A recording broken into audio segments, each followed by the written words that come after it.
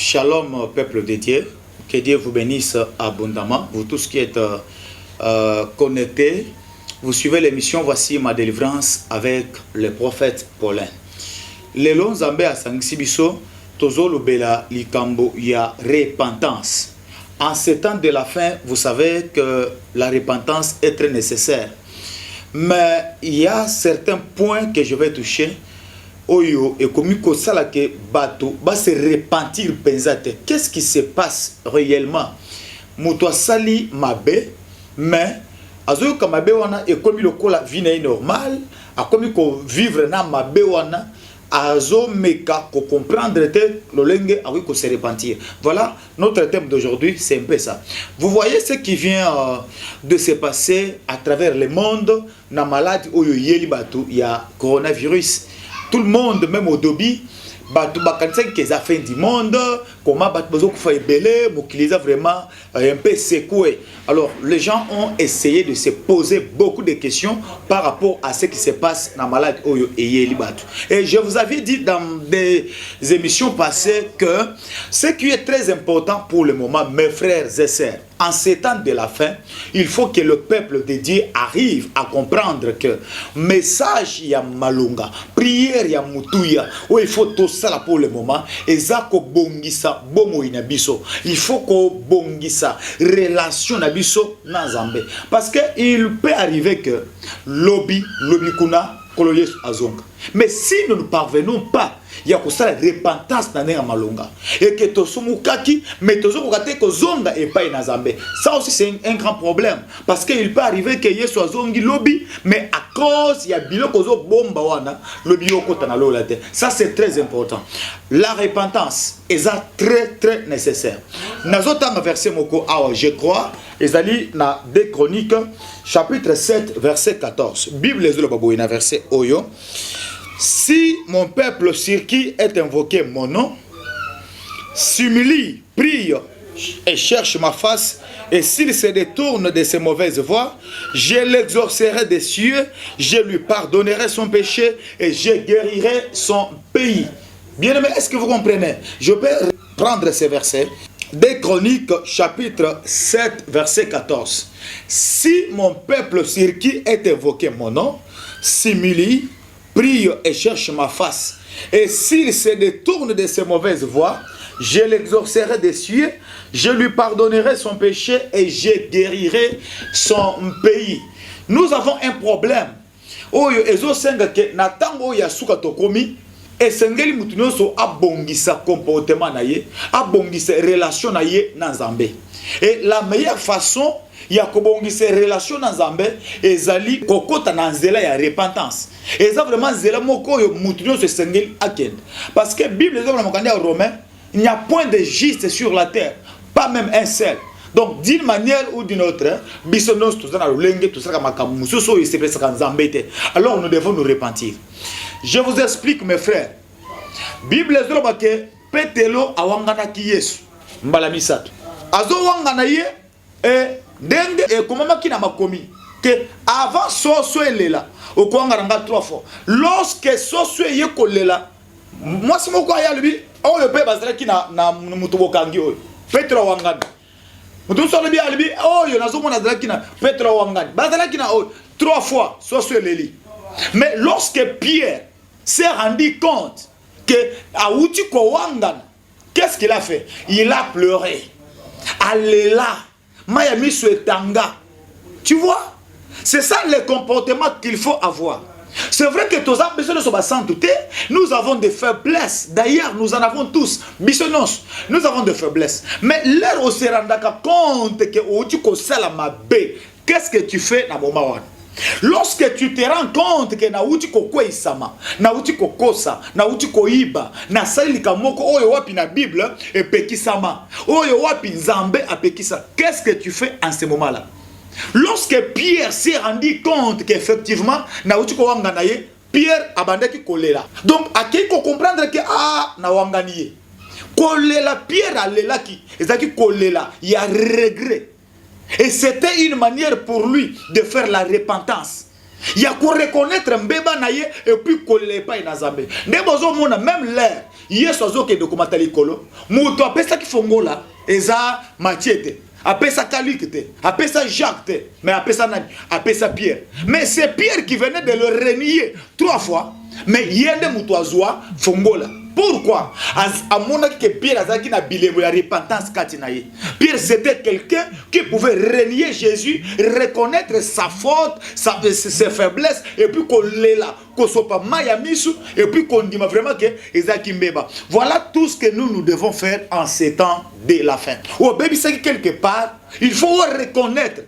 Mais écoutez mes frères et sœurs, lorsque la vie chrétienne et comme Babiso, attends aux ânes vie à ma baie, mais tu t'habitues avec le péché. Au connu qu'on s'habitue à Massoum. Au quoi il s'ami, mais aux ânes sous une culpabilité. Là, c'est déjà maintenant quelque chose de très dangereux. Je vous dis, là, c'est très dangereux. Il y a des gens comme ça. Ce qu'on l'écrit déjà dans l'état pour un an, je vous dis, est comme un bébé. Au quoi il s'ami, mais aux ânes sous la culpabilité.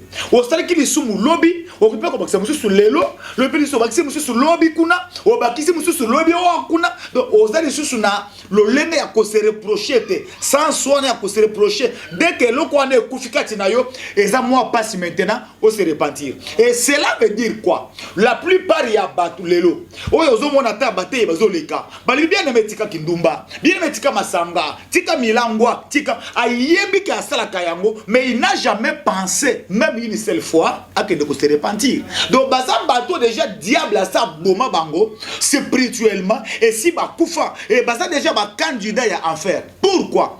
Biloko zo bomba wana. Ce qui est sur zongi lobby, yo kokota lolate à cause ya biloko zo bomba wana ya mike. Moi na nzambe ya sol. Le véritable chrétien, le véritable enfant de Dieu. Qu'est-ce qui lui arrive? Lorsque directement à quoi il s'amène na moi mbeba moko, à buki lukuta, à yibi, bien aimé boutou, on a ekokotete.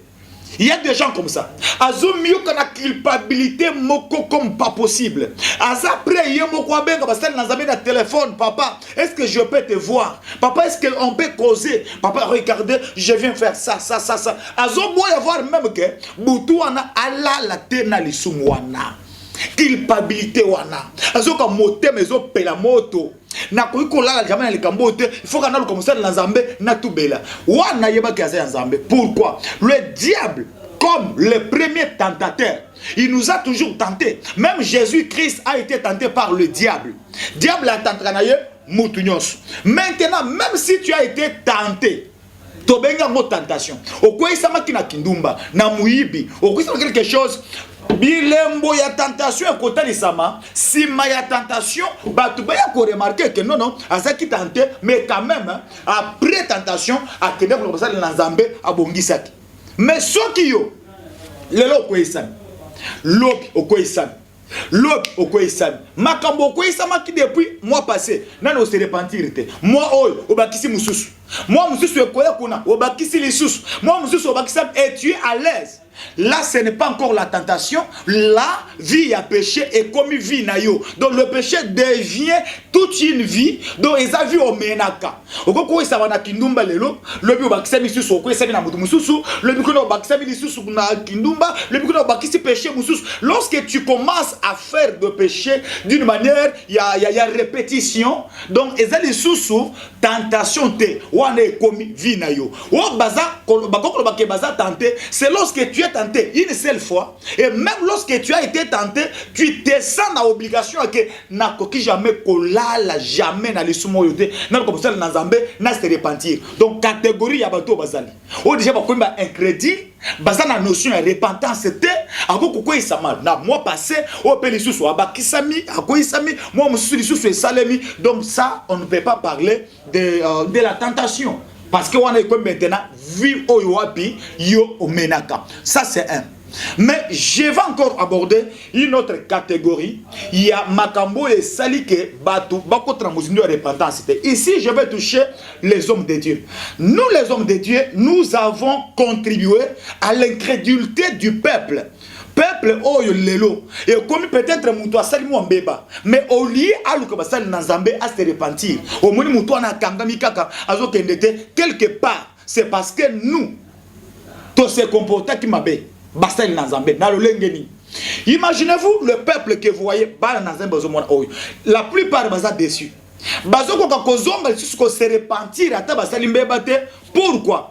L'air y a quoi isamaka asala ki mo mbeba moko asala ki mo péché moko akenda rapidement na bureau ya pasteur na ye akeko se repentir. Papa tala façon na bimelaki tanenga na ko nazongaki na ko mettre péché moko boye likamoko boye komeli ngai muto ake na bureau ayebisi pasteur na ye likambo ekomelaki l'air azo yebisa pasteur assemblée lié peut-être à sali offrande muto ana ake na ye. Mais écoutez mes frères et sœurs, ce qui a fait que est découragé bandimi bakende sous pas ba pasteur ba se repentir, c'est lorsque makambo wapi ya kende ko se repentir et pas ya pasteur azo yoka yango eke ko bima na église ayoki yango lobby et pas ya belle sœur ya pasteur akomi ko beta lisolo wana Yvonne de bozo mona wana Yvonne alongola zemi 3 fois. Yvonne de baza wana zaka copine ya Intel. Yvonne de ba makana frère Intel. Yvonne basala bo. L'air Yvonne akokende maintenant koyoka makambo ya se repentaka et pas ya pasteur yemoko na bureau mais azuka siko komi kolobama na église c'est. Cela veut dire que l'homme de Dieu n'a pas été à la hauteur. Abatela qui secrète. L'air Yvonne a se repentir na bureau, pasteur a joué repentance ya Yvonne a partager na belle sœur na ye, a partager na moisi na ye. Parenthèse na zo fongol. Dans la déontologie pastorale, bato babenga mabakamba. Bien aimé soku déjà zamba sali ngolu, ozana bato mibale misatu zamba pesho okamba. Il faut dans motema ya kobomba makambo. Tu ne peux pas exposer ton peuple, le peuple que Dieu t'a donné. Tu ne peux pas l'exposer. Mutoya se repentir et pas inayo.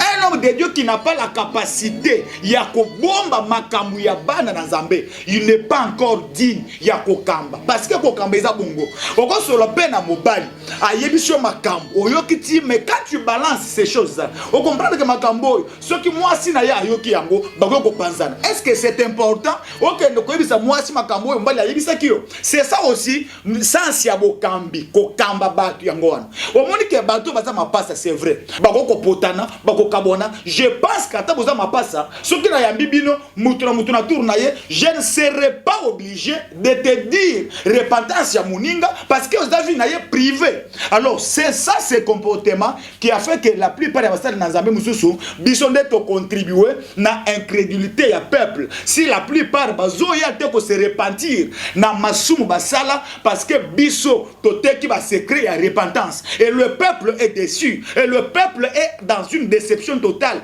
lorsqu'aya ke pa inayo à se repentir na bureau bozak bino mibale mais ayoki maintenant repentance na ye et bimi libanda akomia le kaboye bato ba pointer misapi ale kaboye ayoki makamuna Obama. Maintenant, comment voulez-vous que l'air kosumu kalisusu pour la deuxième fois azonga na bureau lisusu pas pasteur. Mais elle va se dire on a lobani bosso papa apanza ça. Lokula papa c'est ce qu'on a motema ya ko bomba te makambo to memela kaye.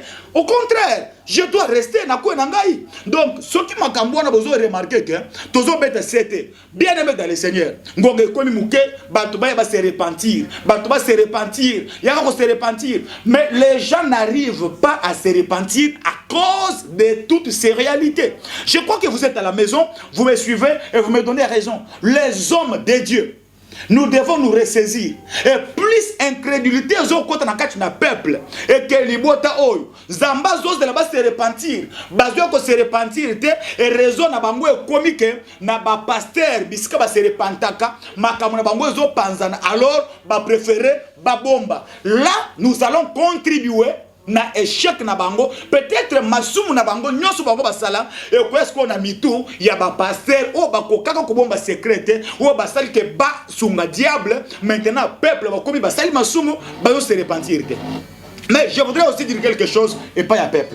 Écoutez mes frères et sœurs, j'étais en train de lire ce matin l'apôtre Paul. Il dit ceci: Alobi, répentez-vous les uns et les autres problème peut y avoir repentance, hein. Et ça n'est pas pasteur, n'est pas pasteur assemblée là. Non, des fois le problème de la repentance, c'est juste, écoutez, je vais un peu vous étonner. Compte tenu à Bilokoyo, n'a des repentance dans mon église, n'a peigné le tabernacle, je disais aux gens, beaucoup de la mi-balle au Binobozawana, oya quoi ça, à qui est pas pasteur, à se repentir. Pasteur assemblée lié. Après un mois, à quoi il s'est mis sous? À qui est pas pasteur assemblée lié. Après 3 mois, à quoi il s'est mis sous? À qui est pas pasteur assemblée lié. Moussous peut-être, il y a à quoi il s'est peut-être mbalamoko kaka. Mais pendant que à l'endu prédicateur moko, azoté les kamouya repentance, oyo accueillé pas pasteur à Sumukaki. Maintenant, il n'est pas pasteur. Quand il a seulement suivi la prédication sur la repentance, a eu décision à l'oubli, en tout cas, Makamo na yoki prophète pour l'anzoteya, pour les repentances, en tout cas, na ça sur le Kamouana. Ngai, na kolongo les sous zemité, ngai, na ki jamais kobima na mobile ya bato te, ngai, na lapi pour na basi ya bato. Makamo na yoki prophète pour l'anzoteya, na kosala ka les sous le koanate, ngai na koyiba les sous te, na kosoba bien malakite, en tout cas, na yoka ki makamozolo bawana, en tout cas, ça m'a touché. À Salah Kimbeba, a yoki une prédication sur la repentance, a mis condamné Yemoko, a boygo kende kutana pasteur, mais a une fisc un engagement d'une bonne conscience à l'obi natiki. Le fait déjà ya koyoka mate et puis kozwa engagement par sa conscience que natiki likamboy. Na oyo accueilli par pasteur, ba sambele lié, mais azongi limbe bawana. Après un mois, à quoi il s'est mis les sous, à qui est pas pasteur, bah sambele lié, à zongi les sous. Je crois que Moutoyo a se repentir. Et ça, Oyo a salimbeba, mais des fois, à qui est de sa moutouté, à qui est pas pasteur, mais une seule prédication a changé sa vie. Il a pris une autre décision, un engagement d'une bonne conscience et a tiki par la prédication et à yokaki. Aleki oyo akenda kana bureau ba sambele lié mais après à quoi il s'est mis les sous à ko tubela à lobi après à quoi il s'est mis les sous. Donc j'allais dire en conclusion repentance ya solo et ça le fait ya kokende pas passer koloba makambo salade passer na boma passer na ce n'est pas ça la repentance parce que tu peux tout dire ou relater non c'est pas passer aux hommes qui les sous au bandeli acte 1. Est-ce que c'est ça la repentance? La repentance n'est pas le fait de dire à un homme tout ce que tu avais fait. Mais la vraie repentance, c'est le fait de se condamner par les actes que tu avais posés et prendre une décision ferme pour la kotika makambouana. C'est ça la repentance. C'est lui qui a pris la décision. Il y a kotika pe atiki à se repentir. Mais c'est lui qui n'a pas pris la décision kotika à gendak alobi azongi azongeli. Il n'a pas fait la repentance. Je crois. Si vous êtes victime, il y a que passer au bozanaye makamusu boye bisakaye. Moi, je vous donne un conseil gratuit. Il ne faut pas continuer à aller encore koloba. Parce que tu seras découragé même dans ton église. Tu peux fuir même l'église. Alors, épargnez pasteur.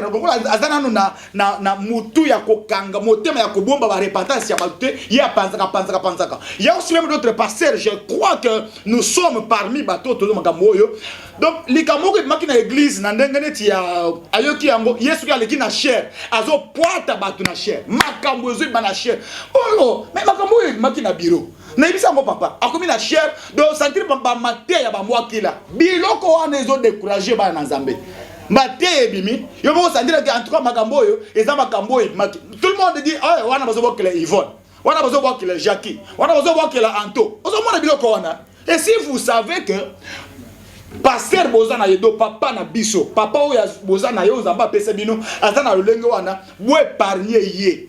Donc ata osali mo mbeba lukata serviteur mususu ata ya musika ata olanda ye na média olanda ye na télévision na radio lukata ye kende ko se repentir si possible de dire ce que tu as fait aux hommes. Mais si ce n'est pas possible que tu n'as pas le temps de me voir même pendant que je te prêche kende yo moko na ndako fukama belela nzambe lela na mabolongo na mabenyon so sala et puis yebisa nzambe que Seigneur j'arrête aujourd'hui même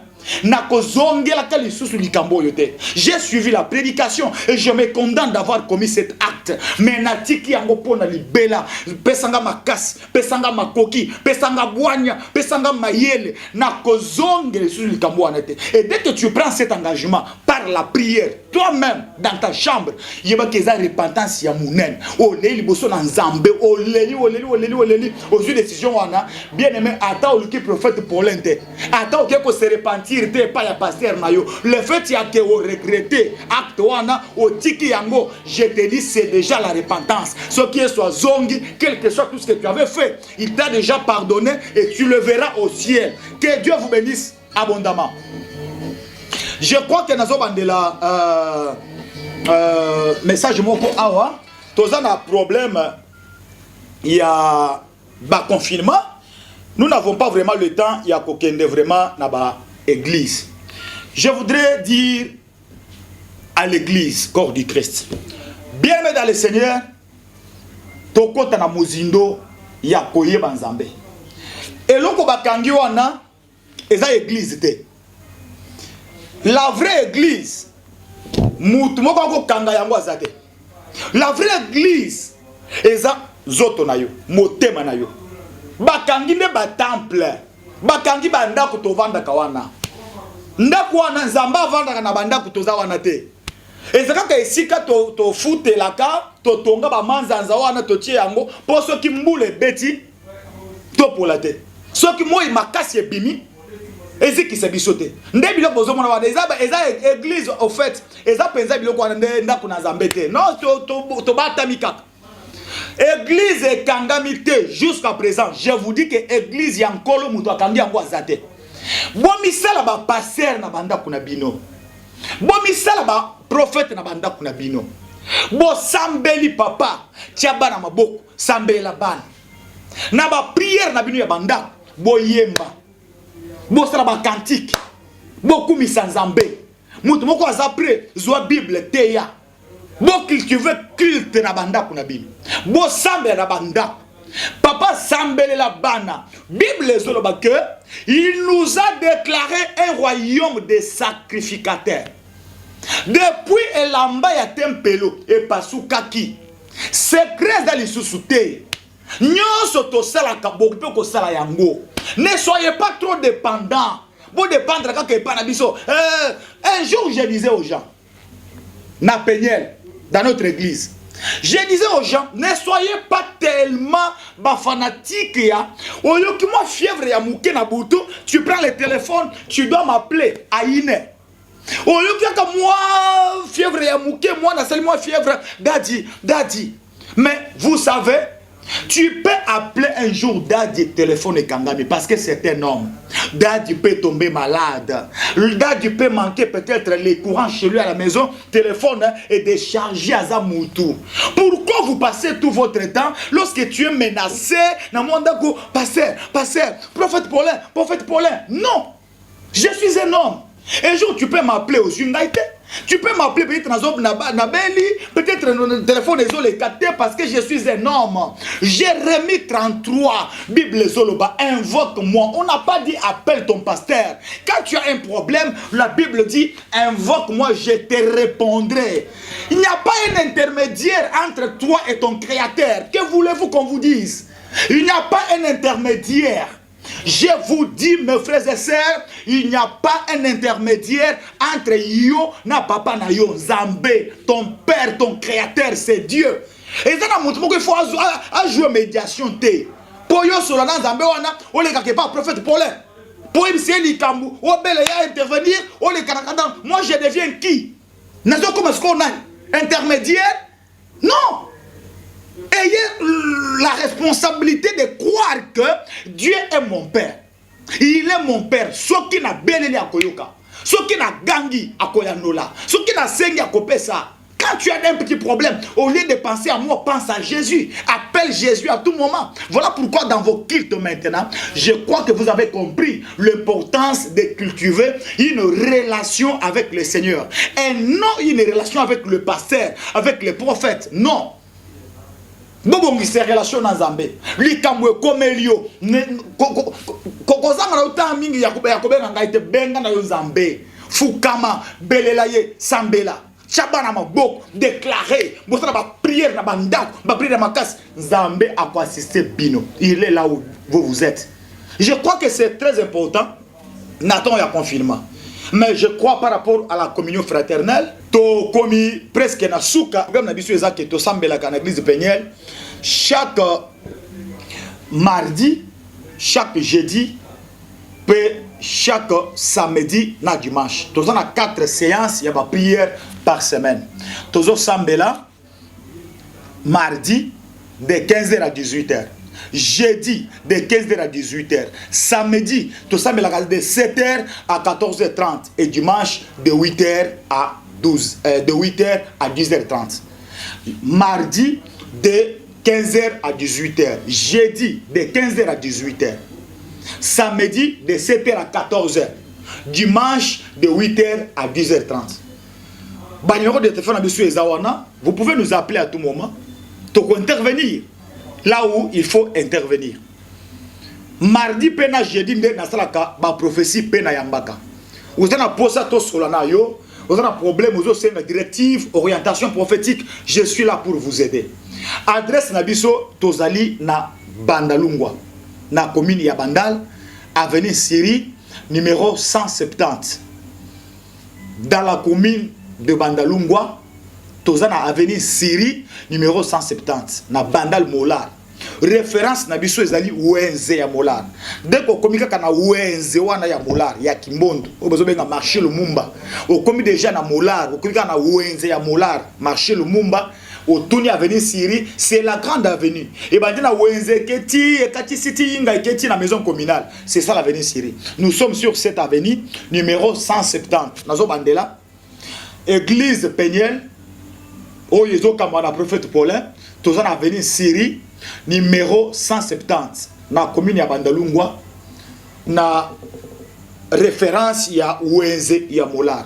Ce qu'on commis déjà wana, toko kutana, mardi de 15h à 18h, jeudi de 15h à 18h, samedi na Tongo, de 7h à 14h, dimanche na Tongo, de 8h à 10h30. C'est ça notre programme. Que le Seigneur vous bénisse abondamment. Nous sommes vraiment disponibles pour vous aider. Là où il faut intervenir, nous allons intervenir. C'est ça notre programme. Et je crois, Maté Oyo, au cause on peut même na YouTube. Pour les réseaux sociaux, sur YouTube, au commis prophète Paulin Bakajika. Tu peux t'abonner à la chaîne, s'abonner à prédication. Vous avez besoin, tu peux même télécharger ma prédication. Il est déjà déjà na YouTube. Na Facebook peut te même message on peut retrouver ma message l'année passée, il y a beaucoup de prédications là-bas. Na Facebook au commis prophète Paulin Bakajika. Page na bisu ezawana au s'abonner. Donc, YouTube, au communiqué prophète Paulin Bakajika. Facebook, prophète Paulin Bakajika. On est là. Nous pouvons vous être utiles dans ma prédication, dans ma conseil, dans ma orientation. N'hésitez pas à contacter Bisso. Mais ce qui va faire activité. Bon, le cas confinement ici, to bandeli ba activité église Fongwami Boya na avenue Syrie numéro 170 na Bandal Molar. Référence ezali marché Molar wana. Okobenga biso na 081 21 777 35 même na WhatsApp soko komi toko meka koya nulabino. Que le Seigneur vous bénisse abondamment. Jésus-Christ revient bientôt.